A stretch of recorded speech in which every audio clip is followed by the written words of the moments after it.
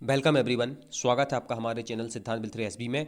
और हम लोग सीटेट की पेडागॉजी सॉल्व कर रहे थे। उसमें भी मैं प्रीवियस पेपर करवा रहा हूँ। 2019 का और 18 का मैंने करवा दिया है, खासतौर पे मैथ पेडागॉजी का।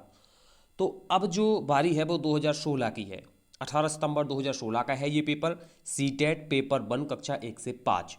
कौन सा पेपर है? 18 सितंबर 2016 का। इसके बाद हम फरवरी 2016 का करेंगे।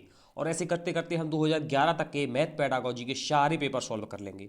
और आप कमेंट में बताएंगे कि आपको और कौन सी पेडागॉजी के पेपर सॉल्व करने हैं, या प्रैक्टिस सेट करने हैं, या थ्योरी वाली क्लास चाहिए, या पॉजिटिव नेगेटिव वाली क्लास चाहिए। तो जो भी आप चाहते हैं उसको कमेंट करें। और मैं आपको बता दूं कि मैं स्टार्टिंग यहीं से करता हूं कि यदि आपने हमारा चैनल सब्सक्राइब ना किया हो तो सब्सक्राइब कर दें। ठीक है, तो 10 से 12 मिनट का ये लेक्चर रहेगा। इसमें आपका पूरा पेपर कंप्लीट कर लिया जाएगा। ठीक है, 15 के आसपास क्वेश्चन आएंगे। सिर्फ पैडागॉजी ही पढ़ाई जाएगी। तो इसमें पहला है कि कक्षा 4 के ज़्यादातर बच्चे सोचते हैं। कक्षा 4 के ज़्यादातर बच्चे सोचते हैं कि दो संख्याओं के गुणा से जो संख्या हमें प्राप्त होती है वो सदैव दोनों संख्या से बड़ी होती है। वो सदैव दोनों संख्या से बड़ी होती है। आप यह कैसे प्रदर्शित करेंगे कि ये हमेशा सत्य नहीं होता? और ये सच में सत्य सही नहीं होता, क्योंकि दो संख्याएं, एक ये हो गई एक, अब एक का फिर से एक में गुणा कर दो तो फिर क्या आएगा? एक ही आएगा। तो इन दोनों संख्याओं से एक बड़ा कहाँ है? या फिर एक का जीरो में कर दो तो जीरो आएगा, तो छोटा ही है। तो हमेशा बड़ा नहीं होता। हाँ, कभी कभी बड़ा होता है, ज़्यादातर बड़ा होता है, लेकिन हमेशा नहीं होता। ठीक है, तो आप कैसे इसको समझाएंगे? पहला, एक पूर्ण संख्या और एक भिन्न संख्या के गुणा की कलन विधि को संख्या रेखा पर प्रदर्शित करेंगे। दूसरा, इसी संख्याओं के बार बार योग के द्वारा प्रदर्शित करके। तीसरा, दो दशमलव संख्याओं के गुणन की कलन विधि को प्रदर्शित करके। तीसरा, ग्रिड पेपर पर दशमलव संख्याओं के गुणन को प्रदर्शित करके।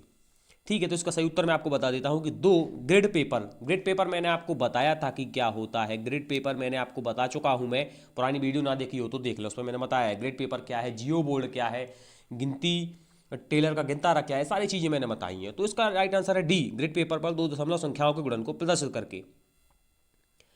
अगला है कि प्राथमिक स्तर पर विद्यार्थियों को, छोटे बच्चे हैं, उनको क्या पढ़ाना है? प्राथमिक स्तर माप के बारे में पढ़ाना है, मेजरमेंट का संदर्भ पढ़ाने के लिए निम्नलिखित में से कौन सा चार ऑप्शन में से सही है? पहला, अप्रमाणिक मापों का उपयोग प्रमाणिक मापों की बात करना चाहिए। दूसरा, प्रमाणिक मापों का उपयोग ऑथेंटिक मेजरमेंट का यूज अनऑथेंटिक मेजरमेंट की बात करना चाहिए। तीसरा, केवल जहाँ केवल आ जाए वो तो गलत ही होता है। और चौथा, अप्रमाणिक मापों का उपयोग नहीं करना चाहिए, ये भी गलत है। इसका मैं सही उत्तर आपको बता दूं तो सही उत्तर है कि हमें प्रमाणिक मापों का उपयोग अप्रमाणिक मापों के बाद करना है। इसका मतलब क्या होता है? इसका मतलब ये होता है, कहीं कहीं आपने देखा होगा जब आप दुकान पे जाते हैं किसी, तो आजकल तो इलेक्ट्रॉनिक्स कांटे आने लगे हैं, पहले नहीं आते थे। तो पहले क्या करते थे कि कुछ पत्थर के बना लेते थे कि भाई ये 1 किलो हो गया, ये 5 किलो हो गया, पत्थर के ही बना लिए। तो ये अप्रमाणिक इकाइयाँ हैं। उस पर 5 किलो लिखा नहीं है, लोहे का बाट नहीं है, पत्थर का बना लिया। तो ये होता है अप्रमाणिक इकाइयाँ। जो पत्थर का बना लिया वो क्या है? अप्रमाणिक इकाइयाँ। तो प्रमाणिक इकाइयों का उपयोग अप्रमाणिक की बात करना चाहिए। पहले अप्रमाणिक के बारे में बताना है, अनऑथेंटिक, फिर डायरेक्ट हमें ऑथेंटिक बताना है। तो इससे आप माप को पढ़ाएंगे इस तरह से। तो दूसरा आपका सही है। इसके बाद आपका तीसरा क्वेश्चन है, चौथा है, तीसरा मिस हो गया है। चौथा है कि गणित के कक्षा कक्ष में दृष्टिबाधित बच्चे हैं। बच्चे कैसे हैं? दृष्टिबाधित बच्चे हैं। ठीक है, कैसे बच्चे हैं? कैसे बच्चे हैं? दृष्टिबाधित, दिखता नहीं है, या कहते हैं कि ऐसे बच्चे अंधे बालक हैं, दृष्टिबाधित। तो निम्नलिखित में से किसका प्रयोग शिक्षा के साधनों के रूप में किया जा सकता है? पहला, टेलर का गिनतारा, भिन्न का किट और संख्या चार्ट। दूसरा, संख्या चार्ट, कंप्यूटर और जियो बोर्ड। तीसरा, टेलर का गिनतारा, कंप्यूटर और जियो बोर्ड। तो तीसरा ही हमारा सही है कि जियो बोर्ड, कंप्यूटर और टेलर का गिनतारा। अंधे बच्चे हैं, दृष्टिबाधित है, दिखता नहीं है अच्छे से, तो आप ये टेलर का गिनतारा, कंप्यूटर और जियो बोर्ड का यूज करेंगे। तीसरा हमारा राइट आंसर है। अगले पे हम जाते हैं कि संख्याओं के संदर्भ में, अगला कौन सा है कि संख्याओं के संदर्भ में प्राथमिक कक्षा के बच्चे, अर्थात वे बच्चे जिनकी आयु 8 से 9 वर्ष है, थर्ड या फोर्थ में होंगे, तो निम्नलिखित में से कौन सा समुच्चय ठीक है, कौन सा समूह ठीक है? पहला है वर्गीकरण, प्रतिवर्तीता, अनुपातिक विवेचन। प्रतिवर्तीता का मतलब होता है रिवर्सिबिलिटी, चीज़ों पर रिवर्स करके जाना, जैसे 1 से 100 तक की गिनती, फिर 100 से 1 तक की गिनती, रिवर्सिबिलिटी। वर्गीकरण और अनुपातिक विवेचन, इसका मैं सही उत्तर आपको बता दूं, डी इसका सही उत्तर है कि पंक्तिबद्धता, वर्गीकरण और प्रतिवर्तीता। प्रतिवर्तीता का मतलब है रिवर्सिबिलिटी, 1 से 100 तक की संख्याएं, 100 से 1 तक की संख्याएं सुना देगा वो। तो प्रतिवर्तता का गुण ये होता है, मतलब रिवर्स जाना। वर्गीकरण, चीज़ों को क्लासिफाइड करना, इसका अलग वर्ग, इसका अलग वर्ग। और पंक्तिबद्धता, बिल्कुल पंक्ति में जमाना। तो 8 से 9 वर्ष के बच्चों को संख्या पढ़ाते समय हमें ये आशा कर सकते हो उससे। तो डी हमारा राइट आंसर होगा। ठीक है, डी हमारा राइट आंसर होगा। हम अगले प्रश्न पे आते हैं। अब कक्षा 1 की फर्स्ट क्लास है भाई। अब कक्षा 1 के एक शिक्षक ने एक विद्यार्थी को सभी वस्तुओं की गणना करने के लिए कहा, जिसमें पेन, रबड़ और शॉर्पनर का संग्रह था। विद्यार्थी ने सभी वस्तुओं को एक रेखा में रखा और गणना शुरू की। उसने 10 वस्तुओं के स्थान पर कहा कि 2 पेन, 5 रबड़ और 3 शार्पनर हैं। आपके विचार से विद्यार्थी को गणना के किस सिद्धांतों पर कठिनाई का सामना करना पड़ रहा है?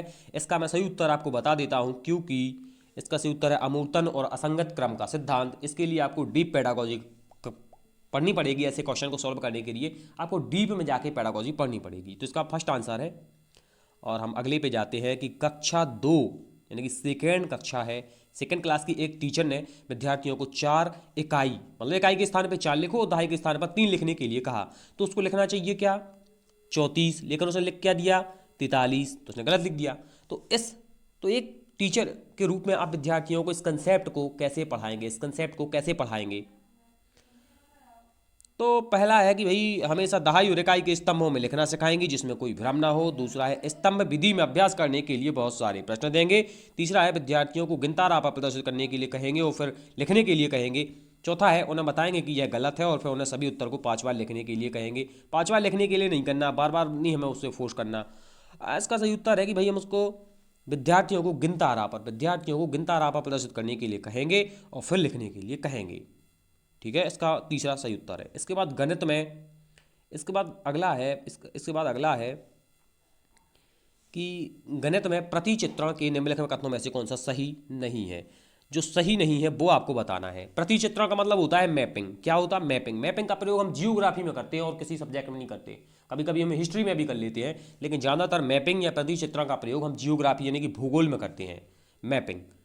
तो पहला मैपिंग स्थानिक चिंतन को बढ़ाता है। दूसरा आनुपातिक विवेचन को बढ़ाता है, विश्लेषण करने की शक्ति को बढ़ाता है। चौथा प्रतिचित्रण गणित में कई विषयों में समाकलन किया जा सकता है। आप बिल्कुल किया जा सकता है गणित के कई विषयों में समाकलन, जैसे फिजिक्स है और कई विषय, गणित के कई विषय हैं, फिजिक्स है और भी बहुत सारे हैं, अंकगणित है और भी बहुत सारी है। तो इसका सही उत्तर है तीसरा, कि प्रतिचित्रण यानी कि मैपिंग गणित पाठ्यक्रम का भाग नहीं है। ये सत्य नहीं है, ये सत्य नहीं है कि गणित पाठ्यक्रम का भाग नहीं है मैपिंग, क्योंकि ये बता रहे हैं कि गणित के कई ऐसे एरियाज हैं, अलग अलग गणित है, तो कहीं कहीं मैपिंग का यूज़ हम कर लेते हैं। वैसे तो हम ज़्यादातर जियोग्राफी में करते हैं, लेकिन कहीं कहीं कर लेते हैं। तो यहाँ पे स्पष्ट ने बोला है कि प्रतिचित्रण गणित पाठ्यक्रम का भाग नहीं है, ये गलत है। तो यही हमें बताना था कि गलत कौन सा है। इसके बाद अगला है नौवा है कि आकृतियों के निम्नलिखित पहलुओं में से किसका प्राथमिक स्तर से कोई संबंध नहीं है? प्राथमिक स्तर से संबंध नहीं है आकृतियों के कौन से पहलू है? चारों आकृति दी गई हैं, किसका संबंध प्राथमिक स्तर से नहीं है? पहला पैटर्न, दूसरा समेट्री या सममिति, तीसरा एंगल या कोण, चौथा चौपड़। तो कोण का कोई संबंध नहीं है। कोण हमारा राइट आंसर होगा कि कोण का कोई संबंध नहीं है प्राथमिक स्तर से। अगले प्रश्न पे हम जाते हैं। गणितीय खेल और पहेलियां मदद करते हैं। गणित के खेल, गणित से संबंधी हम कुछ खेल खेलते हैं, कुछ पहेलियां हैं गणित से संबंधित, तो ये क्या करती हैं? पहला, गणित के प्रति सकारात्मक अभिवृत्ति को विकसित करती हैं। दूसरा, गणित और प्रतिदिन के विचारों में रोजमर्रा के जीवन से संबंध स्थापित करती हैं। तीसरा, गणित को आनंददायक बनाती हैं। चौथा, समस्या समाधान के कौशल को प्रोत्साहित करती हैं। तो ये चारों आंसर पॉजिटिव है। मैंने आपको पॉजिटिव नेगेटिव में ये बताया भी था, तो ये चारों पॉजिटिव है, इसलिए हमारा ये राइट आंसर है। अगला है कि एक दिए गए आयत और समांतर चतुर्भुज के क्षेत्रफल समान है आयत और समांतर चतुर्भुज का क्षेत्रफल समान दिया है। लेकिन एक कक्षा 4 का बच्चा है या अनेक बच्चे ने उत्तर दिया कि समांतर चतुर्भुज का क्षेत्रफल अधिक है, क्योंकि वो ठीक से कंसेप्ट समझे नहीं। अब शिक्षक विद्यार्थियों को यह समझने में किस प्रकार सहायता कर सकता है कि दोनों के क्षेत्रफल समान है? दोनों के क्षेत्रफल समान है। पहला, कागज मोड़ने के प्रयोग से। दूसरा, पैमाने के प्रयोग से। तीसरा, जियो बोर्ड के प्रयोग से। चौथा, आलेख या ग्राफ पेपर के प्रयोग से। तो आलेख या ग्राफ पेपर के प्रयोग से वह इसको समझाएगा और डी हमारा राइट आंसर है। हम अगले प्रश्न पे जाते हैं कि एनसीएफ 2005 ने प्राथमिक स्तर पर गणित शिक्षण का उद्देश्य कौन सा नहीं रखा? कि कौन सा 4 ऑप्शन में से एक ऐसा है जो एनसीएफ 2005 के अनुसार गणित को पढ़ाने का उद्देश्य नहीं है? पहला, गणित में उच्च स्तर और अमूर्त स्तर की पढ़ाई कराना। यही तो गलत है भाई। ये उद्देश्य नहीं है कि गणित में उच्चतर स्तर की क्लास 6 में पढ़ रहा है और 7th 8th और 9th की तैयारी कराएं आप, ये नहीं है ना। अमूर्त पढ़ाई करनी है, मूर्त चीज़ों के माध्यम से पढ़ाना है, मूर्त से अमूर्त की ओर होता है। तो पहला ही गलत है। बाकी तो सारे सही है कि बच्चों के अनुभवों को बताना सही है, समस्या समाधान सही है, तर्कसंगत विचारों को प्रोत्साहित करते हैं, इंकरेज करते हैं, तो सही है। बाकी गणित में उच्चतर स्तर की पढ़ाई करवाते हैं आप, तो ये गलत है। ठीक है। और इसके बाद हम अगले पे आते हैं कि 2 अंकीय संख्या, अगला क्या है, 2 अंकीय संख्या को दूसरी 1 अंकीय 2 अंकीय संख्या से गुणा करने की प्रक्रिया को समझाने के लिए निम्नलिखित में से कौन सी जानकारी आपको होना चाहिए। पहला, योग का क्रम विनिमय गुण, गुणन का क्रम विनिमय गुण, गुणन योग पर वितरण का रूप में, कि मतलब आपको गुणा करना है तो गुणा और घटा प्लस और माइनस ये तो आना ही चाहिए। यही सी ऑप्शन में है कि गुणन योग पर वितरण के रूप में। ये आपका राइट आंसर है, सी राइट है। अगला है तुम्हारा क्वेश्चन की गणित से भयभीत होने, गणित से डरने और उसमें असफल होने के लिए निम्नलिखित में से कौन सा एक कारण नहीं है कि बच्चा गणित से डरता है। कौन सा एक कारण नहीं है। कक्षा कक्षीय अनुभव यदि खराब होंगे तो बच्चा डरेगा। आप प्रतीकात्मक संकेतों का हमेशा प्रयोग करेंगे, plus minus sine theta cos theta ये बताते रहेंगे हमेशा प्रतीकात्मक संकेत, तो वो डरेगा गणित से।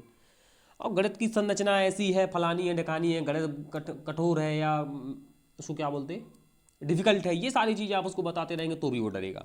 हाँ, यदि आप उसको लैंगिक भेद करते हैं, डिस्क्रिमिनेशन करते हैं लैंगिक के आधार पर, तो इसका गणित से कोई संबंध नहीं है डरने से।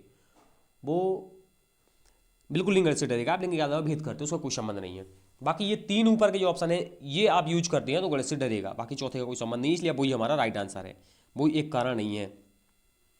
इसके बाद हमारा आखिरी क्वेश्चन है कि 2 दशमलव संख्याओं के योग के कंसेप्ट को पढ़ाने के लिए निम्नलिखित में से शिक्षण अधिगम का कौन सा साधन सबसे अच्छा है।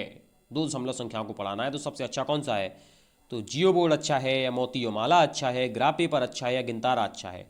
तो सी आपका सही उत्तर है नंबर 3 की ग्राफ पेपर 2 दशमलव संख्याओं के योग के कंसेप्ट को पढ़ाने के लिए बेहतर ऑप्शन है। तो या मैं आपको बता दूं कि कोई भी क्वेश्चन आपको ऐसा लगा हो कि जिसमें आपको प्रॉब्लम हुई हो तो कृपया आप वो क्वेश्चन कमेंट करें, मैं उसको डिस्कस करूंगा। और इसके बाद आप यदि चैनल को सब्सक्राइब ना किया हो तो चैनल को सब्सक्राइब कर दें, और जो भी आप चाहते हैं पेडागॉजी वो आप कमेंट करें, तो मैं उस कमेंट को पढ़ता हूँ, सारे कमेंट का मैं आंसर देता हूँ। तो ये हमारी वीडियो का एंड है और मिलते हैं हम अपने अगले वीडियो में।